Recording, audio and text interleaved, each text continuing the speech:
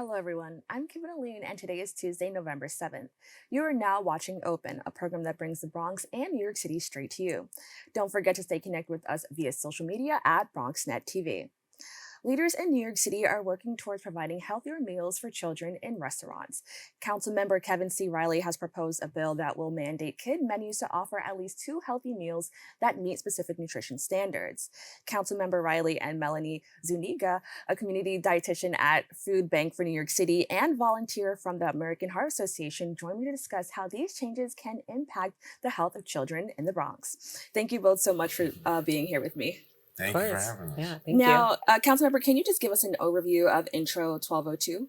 So, Intro 1202 will require New York City restaurants to provide at least two healthy options on the kids menu and one healthy beverage options for children as well. Now, what motivated you to introduce this bill focusing on children, menus, nutritional standards? Um, Being a council member is an amazing occupation, but my main occupation is being a dad.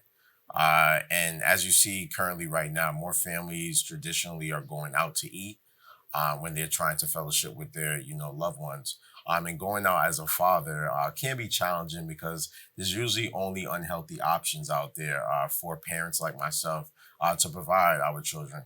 Usually, a lot of times we don't mind, occasionally having our child eat chicken fingers and pizza, but we also want to have a healthy option for them as well, especially when our children are very, intelligent and they currently know what they're putting inside their body today. Now, Melanie, the Bronx is considered the least healthiest borough in the city. What specific health problems are prevalent in the Bronx community that you serve? Yeah, so I work at Food Bank for New York City, as you mentioned, and we're the largest hunger relief organization in the five boroughs. And what we aim to do is provide healthy food access to communities all across New York City. And a lot of the families that we serve are facing diet-related diseases like diabetes, high cholesterol, heart disease, and they're also, these health implications are also impacting the children that they have. And something else that's really important to note is that, like Councilmember Riley mentioned, a lot of families are dining out more. And so when you're facing these, difficult challenges of like stress and time and resources, and you're being forced to buy food outside, the foods that you choose can also impact your health. Now, how does the lack of access to nutritional food impact a patient's overall health and well-being, especially in regards to children? Although they are smarter, a lot of the times, they rely on their parents to tell them, what is okay to eat. How does that affect the children in the long run? Yeah, for sure. Great question. So by having these options available to you, like if you're living in a community where you don't have healthy food access, then what are the foods that you're going to be choosing? Foods that are more calorie dense, that are higher in sugar, higher in fat, higher in salt, versus the foods that are more nutrient dense, that are like actually nourishing for our bodies. And when we keep choosing these foods, they become habits and then they become lifelong behaviors. And that can increase your risk of these diet related diseases that I mentioned earlier. And what we want is for families and children to have access to healthy foods all across New York City. That's a right that they should have so that they can live healthier lives. Now, the next thing I want to bring up is the milk. Now, we kind of talked about this a little bit. I don't want to say it's controversial, but for a long time, we were meant to believe that, milk is healthy, especially the milk that we are served at in schools, like chocolate milk. Can you just talk a little bit about, the significance of acknowledging that there needs to be healthier beverage options, and also, kind of highlighting, these really sugary milks that are being offered to kids? Yeah, for sure. I think this is common knowledge, but we're all taking in a lot more sugar than we actually need, including children.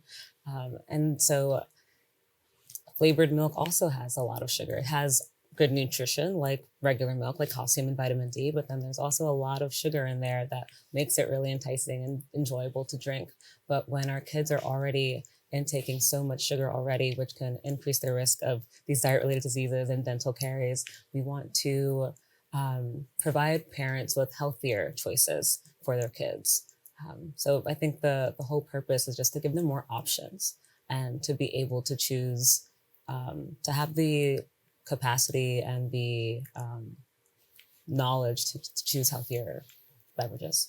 And council member, can you talk about that a little bit as well? Of As a course. parent, why you wanted to highlight the drinks? Because I think sometimes when we talk about diet, we think about just the food and we don't often think about how, what we're drinking could also contribute to our overall health. Well, growing up, I know how challenging it was for my mother to get me to consume as much water as possible. But now I talk about the intelligence of a lot of our scholars, a lot of our kids these days, and just educating them and letting them know that you have to incorporate water with the juices, with the milk. Like it has to be create balance, and I think that's what we're trying to do today is just give a healthier option where we could create some balance and encourage parents to have their children think of healthier ways that they can actually enjoy their favorite beverage. So if you want to have the flavored milk on Monday, maybe have some more water that day as well. So it creates some type of balance. My youngest daughter, she's into like chocolate milk now, so it's like a challenge, like the yoo-hoo that she's loving that. But I also let her know, like I got her a nice cool water bottle, a reusable water bottle. So she's into that as well. So she goes to school, utilizes the water bottle with the water fountain. So it's very, beneficial as well.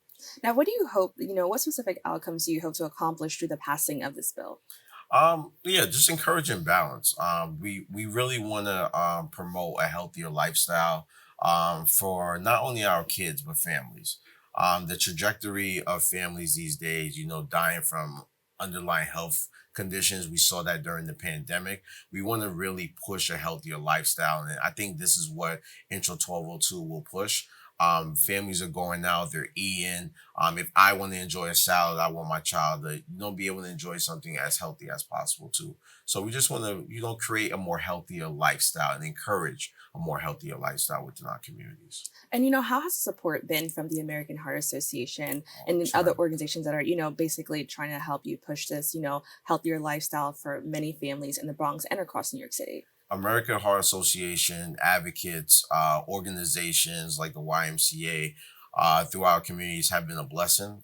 With collaborating, partnering together, putting together community events, wellness events. I have community leaders right now currently contacting my office to put together wellness events for the community because they want to go out and just teach like small exercises that you could do within your household because everyone's busy, like everyone's busy, so it's a challenge to go to the gym 3 to 4 times a week. But if taking a 10-minute walk a day could prevent a stroke, and that's what we really want to encourage within our community. So American Heart Association has been a blessing.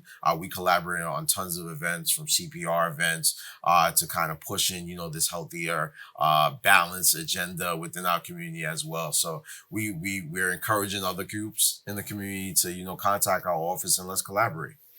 Now, Melanie, in your opinion, what are some key challenges or obstacles that parents face when providing healthier food choices for their kids? Yeah, I think there's so many: time, stress, food marketing, nutrition labeling that can be really confusing to understand, nutrition education, resources, where you live. I feel like Yeah. there's so many that can impact your food choices.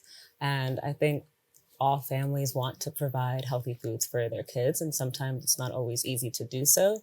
Like I grew up with a single mom, and it could be hard to provide food and work a full-time job and go to school full-time and, take care of your kids. And so sometimes you have to rely on the restaurants that are in your neighborhood.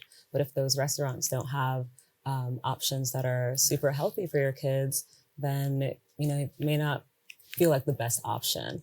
So with this bill, I feel like the options on the menu can be a little bit more substantial. You can choose, maybe your kid wants a burger that day, or maybe they're going to choose the other option that has a little bit more fruits and vegetables or something like that. And that can definitely make an impact. And studies have shown that we're eating more outside now versus like spending money on groceries. And so this definitely has like a direct impact on our lives and our kids' lives.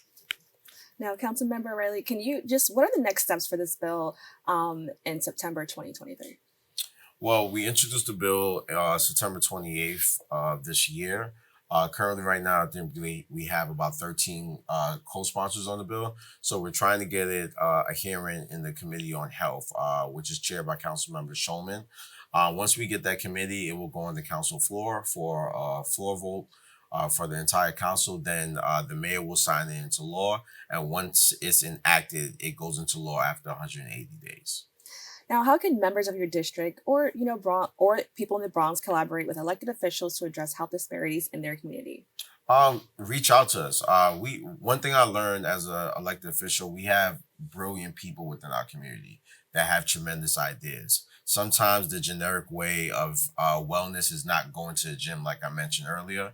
It's coming outside, doing yoga, stretching, going for a walk, like how I said, going for bike rides. There's different ways to keep our community active.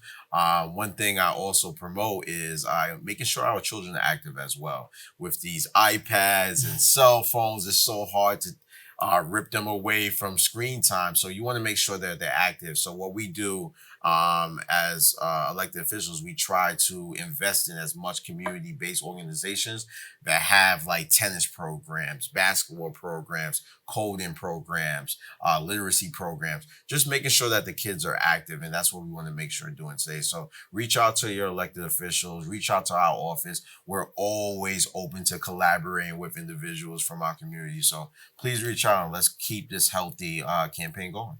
And I love that you brought up just kids being active as well, because I think sometimes people forget about children. Like you see like Zumba Yeah. classes or a lot of things that are targeted towards like maybe older people or Yeah. just adults in general. And you don't often see that many things like that's just designed for kids to be active in. So I think that's amazing. I also want to add that like I noticed that sometimes like in neighborhoods you'll see like abandoned parks, and those are areas where like yeah, kids are into their iPads and stuff, but there also like needs to be space for them to be active. Correct. So I Mhm. I appreciate you for first being here. Thank you both so much for joining us and mentioning that as well. Thank you. Yeah. And it's important, like open spaces are truly important. Like in my community, I work with community leaders to try to improve the parks. So reach out to your elected officials if there's a specific park, because what we do realize that a lot of children don't like going to a specific park because the amenities there are so run down and old that they don't want to utilize them.